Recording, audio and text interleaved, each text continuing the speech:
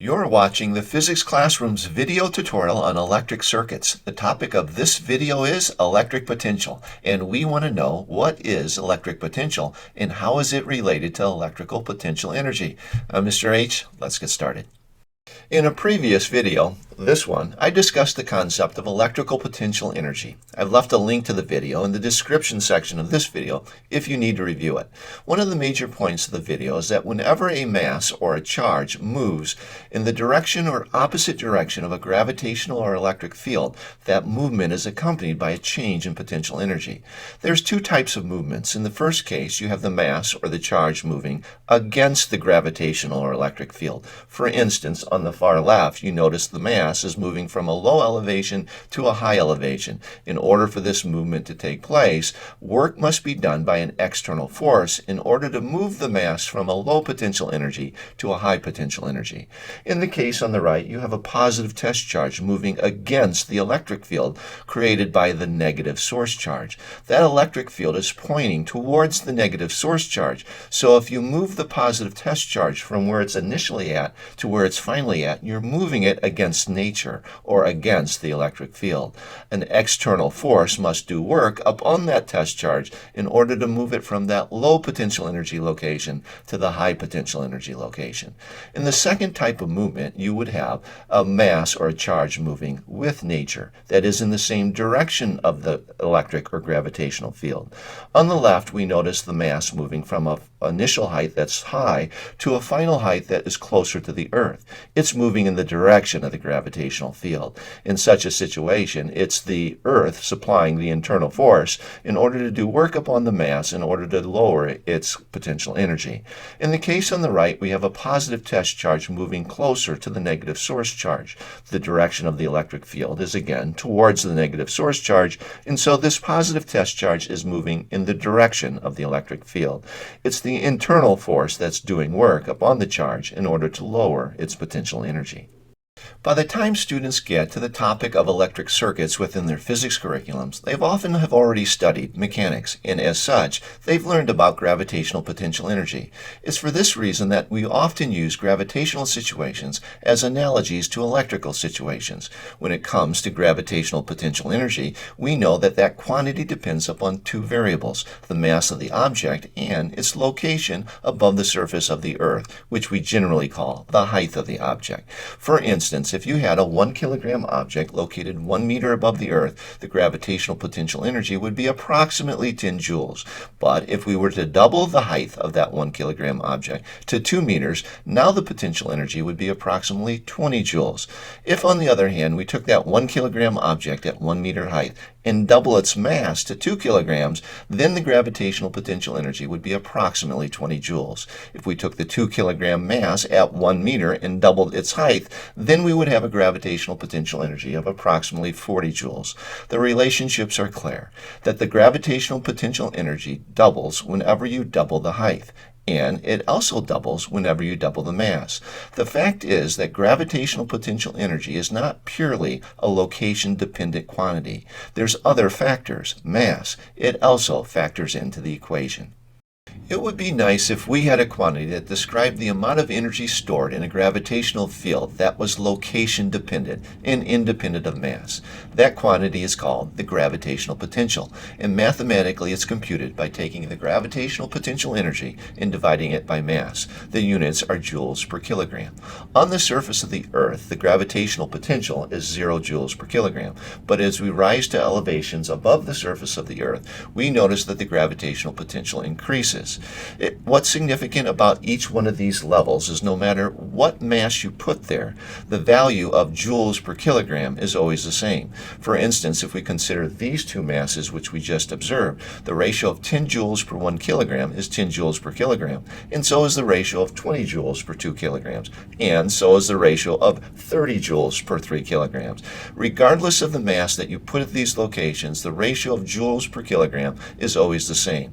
Take the situation concentration of the 20 joules per kilogram level. No matter what mass you put there, as shown by these figures, the ratio of joules per kilogram is always the same. And we could go to 30 joules per kilogram. If you put a 1 kilogram mass there with 30 joules of energy, the ratio of joules per kilogram is still 30, and the same is true for your 4 kilogram mass.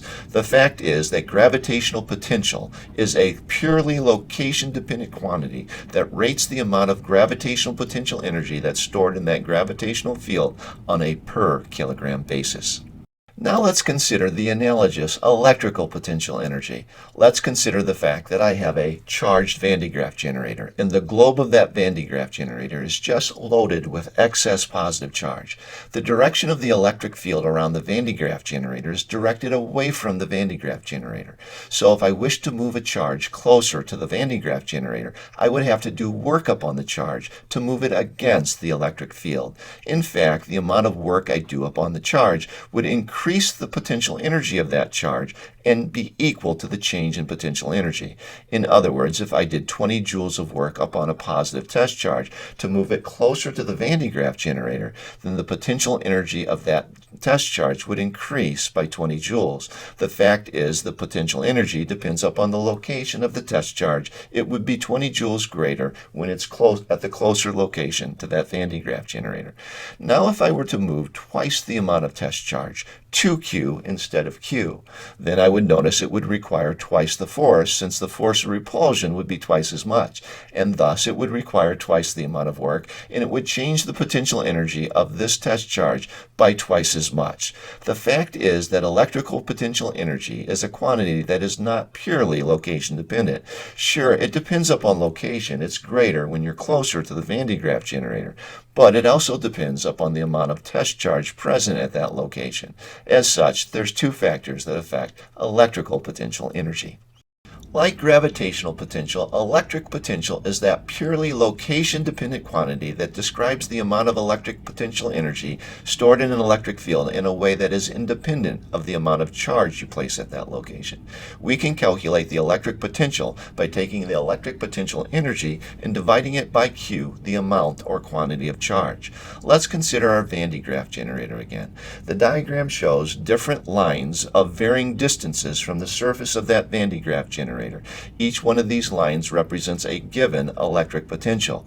We could put different charges on any one of these lines, and the charges could be different amounts, but the ratio of the potential energy per charge would be the same for any given line.